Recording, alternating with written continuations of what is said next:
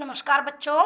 आज मैं आपको कक्षा 10th का लोकतांत्रिक राजनीति 2 का फर्स्ट चैप्टर सत्ता की साझेदारी पढ़ाऊंगी। कौन सा चैप्टर पढ़ाऊंगी बेटा? सत्ता की साझेदारी, शेयरिंग ऑफ पावर। आपको पता है कि हम एक लोकतांत्रिक देश में रहते हैं, डेमोक्रेटिक कंट्री में रहते हैं, जहां पर जो शासन है वो जनता के द्वारा चुने हुए प्रतिनिधियों के द्वारा ही चलाया जाता है।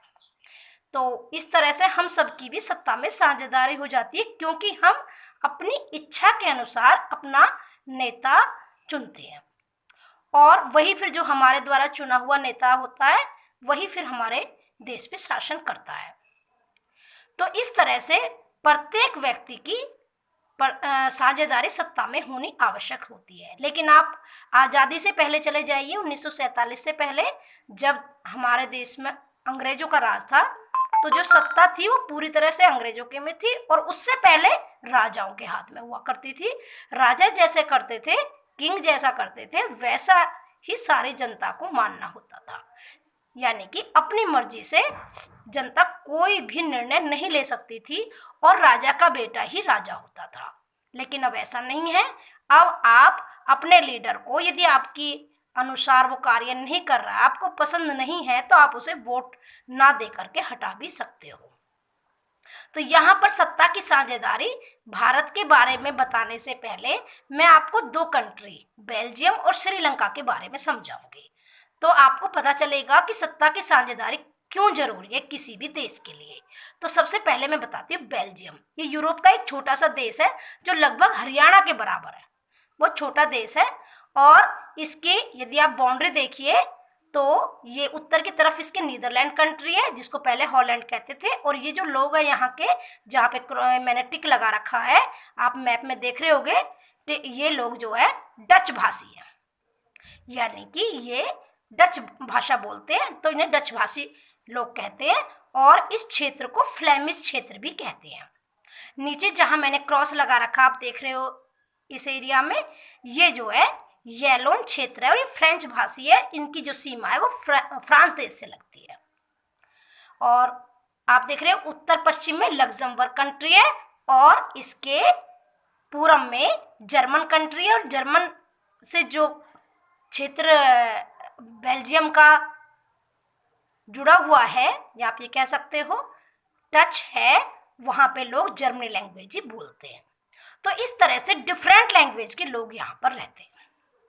अब इस देश में 1960 के जो दशक में इनमें परेशानी होने लगी। किस तरह से कि जो आप यहाँ क्रॉस देख रहे हैं, फ्रेंच लोगों को देख रहे हो, ये लोग वेल एजुकेटेड हैं और संपन्न हैं, समृद्ध हैं, अच्छे पढ़े लिखे भी हैं और अमीर भी हैं, धनी भी हैं।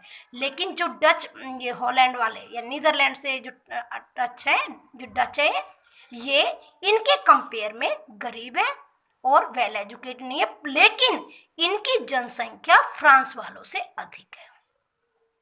फ्रांस जो है वो 40% है और ये 59% है, 1% जो जर्मन भाषी लोग हैं। तो इन्होंने जैसे ही 1960 के दशक में गृह युद्ध छिड़ने लगा, क्योंकि पावर किसके हाथ में थी? फ्रेंच लोगों के हाथ में थी। ये वेल एजुकेटेड भी थे और अमीर भी थे।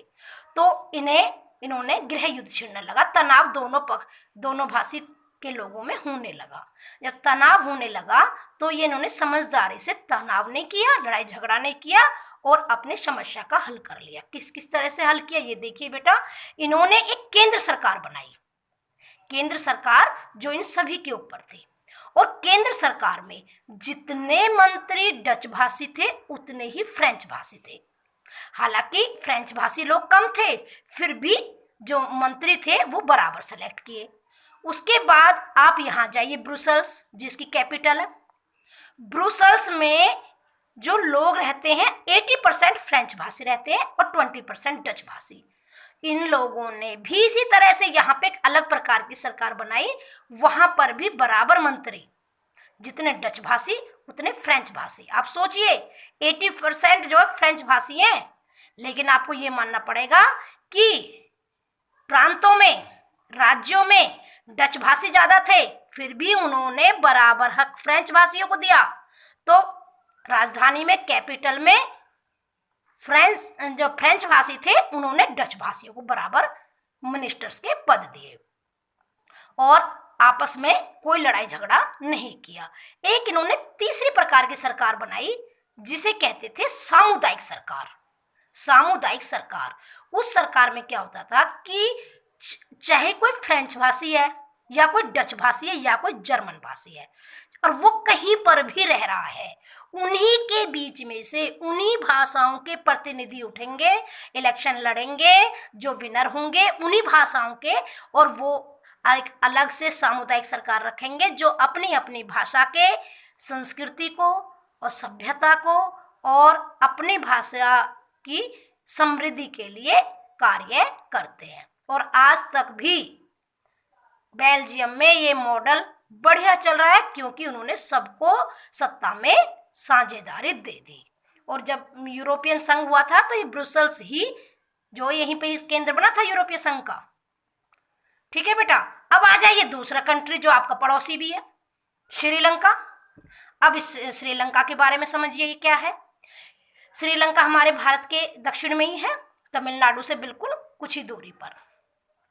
अब श्रीलंका का यहाँ पर जो लोग व्हाइट कलर में जो दिख रहा है, ये लोग सिहिली भाषी जो यहाँ के मूल निवासी हैं, यहाँ के मूल निवासी सिहिली भाषी हैं, और कुछ तमिल भी यहाँ के मूल निवासी हैं। और कुछ तमिल जो भारतवंशी तमिल थे वो अंग्रेजों के जब औपनिवेशिक था, अंग्रेजों का शासनकाल था, क्योंकि ये भी 1948 में आजाद हुए हैं, हम 1947 में हुए थे, ये 1948 में हुए थे। तो अंग्रेजों ने बागानों की खेती के लिए कुछ तमिल यहाँ बसा दिए थे तमिलनाडु से ला करके। अब वो तमिल और कुछ यहाँ पे पहले से तमिल थे, वो तमिल जो है इधर पूर्वी क्षेत्र में और उत्तरी क्षेत्र में बस गए श्रीलंका के। और जहां जहां ये डार्क सर्कल दिखा रखी है, मैंने दिखा रखी है ना बेटा, ये जो है मुस्लिम है, ये लोग कौन से धर्म के, मुस्लिम है। अब जब 1948 में आजाद हुआ तो उसके 8 साल बाद 1956 में सिहिली भाषियों ने सिहिली भाषा को अपनी राजभाषा घोषित कर लिया और ये घोषित कर दिया, कानून बना दिया कि विश्वविद्यालयों में, स्कूलों में और जो भी गवर्नमेंट जॉब्स निकलेंगी उनमें सबसे पहले सिलेक्शन किसका होगा, सिहिली भाषाओं का होगा, सिहिली भाषाओं के लोगों का होगा, और बाद में तमिल भाषाओं के जो भी सीट होंगे बाद में होंगी उनकी। इस तरह से इनमें तनाव बढ़ने लगा समय के साथ, और तनाव बढ़ने का रिजल्ट ये हुआ कि 1980 में यहाँ गृह युद्ध हो गया और ये जो लोग हैं इधर तमिल भाषी, ये अलग इलम सरकार बनाने की मांग करने लगे। और ये अल्पसंख्यक थे, सिहिली भाषी बहुसंख्यक थे, और बहुसंख्यक ने यहाँ पे अल्पसंख्यक को बराबर का दर्जा ना दिया और क्या हो गया, सत्ता की साझेदारी नहीं की, और जो तनाव आज भी इनमें गृह युद्ध होता रहता है। तो इस तरह से प्रत्येक समूह को, चाहे बहुसंख्यक है या अल्पसंख्यक है, किसी देश में शांति बनाए रखना चाहते हैं तो हर समूह की साझेदारी होनी चाहिए। अब आप समझिए अपने देश के बारे में, हमारे देश में किस तरह से साझेदारी है, मैं अपने देश के बारे में समझाऊंगी। तो हमारे देश में बेटा आप इस देखिए हमारे देश में किस तरह से है। आपको पता है हमारे यहाँ पे 28 स्टेट्स हैं और 8 यूनियन टेरिटरीज है। 28 स्टेट्स है और 8 यूनियन टेरिटरीज है, यानी कि केंद्र शासित प्रदेश है।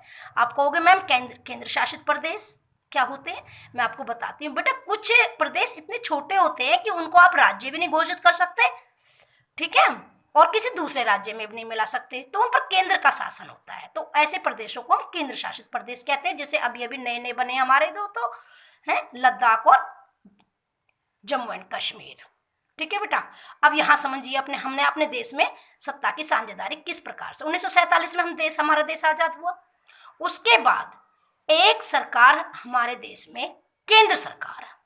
कौन सी सरकार है, केंद्र, जो कि पूरे भारत में 545 हमारे मेंबर ऑफ पार्लियामेंट सेलेक्ट होकर के केंद्र को चलाते हैं।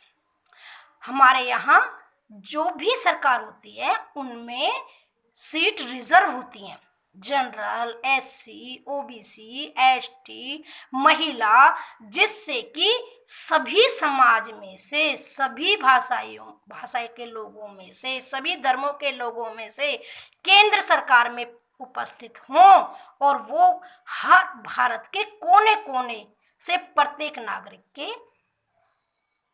यानी कि हकों का ध्यान रखें। दूसरा, हमारे देश में क्या कर रखा है कि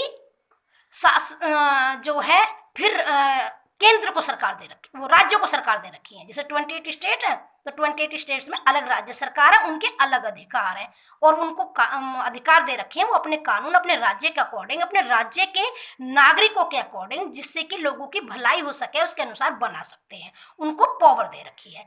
और फिर तीसरी और सरकार है हमारी स्थानीय सरकार। राज्य सरकार से कुछ अधिकार, जैसे गाँवों में, नगरों में, आपने देखा होगा टाउन कस्बों में एक अलग स्थानीय सरकार होती है, गांव में पंचायत और टाउन में नगर पंचायत, बड़े शहर में नगर निगम। तो वो कुछ जो है राज्य सरकार उनको अपने अधिकार दे देती है और वो भी अपने अपने एरिया में, छोटे छोटे एरिया में अपने अपने जो उम्मीदवार होते हैं या लोग होते हैं उनके सहायता करते हैं, या ये कीजिए उनकी इच्छाओं का ध्यान रखते हैं, किसी का दमन नहीं किया जाता। दूसरा, हमारे यहाँ पर शासन के विभिन्न अंग हैं। शासन के विभिन्न अंग हैं, जैसे विधायिका। आप कहोगे मैम विधायिका, विधायिका क्या होती है? बेटा, जितने भी एमपी और एमएलए राज्य में जो भी सेलेक्ट होंगे वो सभी विधायिका के अंडर ही होते हैं। और कार्यपालिका, कार्यपालिका वो मेंबर होते हैं, मेंबर ऑफ पार्लियामेंट के और एमएलए के, मेंबर ऑफ लेजिस्लेटिव असेंबली के, जो मिनिस्टर्स बनते हैं, क्योंकि सब तो मिनिस्टर्स नहीं बनते हैं। अब आप अपने उत्तर प्रदेश में ही देख लीजिए, हमारे यहाँ 403 एमएलए की जो सीट्स है, लेकिन क्या 403 मिनिस्टर्स है? नहीं। मिनिस्टर्स किसी भी राज्य के लगभग 16% लोग ही मिनिस्टर्स बन सकते हैं, या देश के भी जीते हुए उम्मीदवारों में से। अब कार्यपालिका में वो मिनिस्टर्स आ जाते हैं जो वर्क करते हैं, और डीएम, एसपी, राष्ट्रपति, उपराष्ट्रपति, प्राइम मिनिस्टर, ये सभी कार्यपालिका में आ जाते हैं। तीसरा आता है हमारा न्यायपालिका। आपको मैं बताऊं, हमारे देश में 25 हाई कोर्ट है, उच्च न्यायालय, एक सर्वोत्तम न्यायालय है। तो ये जो आपको न्यायपालिका में जो सर्वोच्च न्यायालय, उच्च न्यायालय और जिला स्तर के न्यायालय होते हैं, ये न्यायालय जो सरकार के द्वारा कानून, आप देखिए ये न्यायाधीश जो है कार्यपालिका के द्वारा सेलेक्ट किए जाते हैं, और ये कार्यपालिका और विधायिका के द्वारा बने हुए कानूनों का नियंत्रण करते हैं न्यायाधीश। यानी कि जिनके द्वारा सेलेक्ट किए गए हैं उनके कामों को भी यदि वो गलत करेंगे तो वो उनको कहेंगे कि आप अपने कामों को देखिए, जनता का शोषण नहीं कीजिए, कोई भी कानून ऐसा नहीं बनने देते हैं जो हमारे देश के हित में ना हो। ठीक है बेटा, तो इस तरह से क्या होता है सत्ता का बंटवारा। और ये इसी वाला बंटवारा जो विभिन्न अंगों में होता है, इसको हम क्षैतिज बंटवारा कहते हैं, मतलब बराबर का बंटवारा बिल्कुल। और जो केंद्र सरकार, राज्य सरकार और स्थानीय सरकार में बंटवारा होता है उसमें शक्तियां कम होती चली जाती है, तो वो हमारा ऊर्ध्वाधर यानी कि वर्टिकल बंटवारा होता है, ऊपर बड़ा, उससे थोड़ा कम, उससे थोड़ा कम, इस तरह से। तो सत्ता की साझेदारी आप समझ गए होंगे हमारे देश में किस तरह से है। ऊपर से कुछ एक सामुदायिक समूह होते हैं, जैसे मजदूर संघ, किसान यूनियन, जो कि सरकार द्वारा किए हुए कार्यों पर नजर डालते हैं, और यदि उन्हें लगता है कि वो देश हित में नहीं है, किसान के हित में नहीं है, मजदूर के हित में नहीं है, कर्मचारी के हित में नहीं है, तो वो आंदोलन के द्वारा अपनी नाराजगी को जताते हैं और सरकार को की नजरों में डालते हैं कि आप अपने द्वारा बनाए हुए कानून पर ध्यान दें, वो मतलब जनता को पसंद नहीं है। और इस तरह से देश में स्मूथली जो है आराम से शासन चलता रहता है बंटवारे के द्वारा। नहीं तो क्या होगा, सोचिए यदि सत्ता की साझेदारी ना हो तो क्या होगा।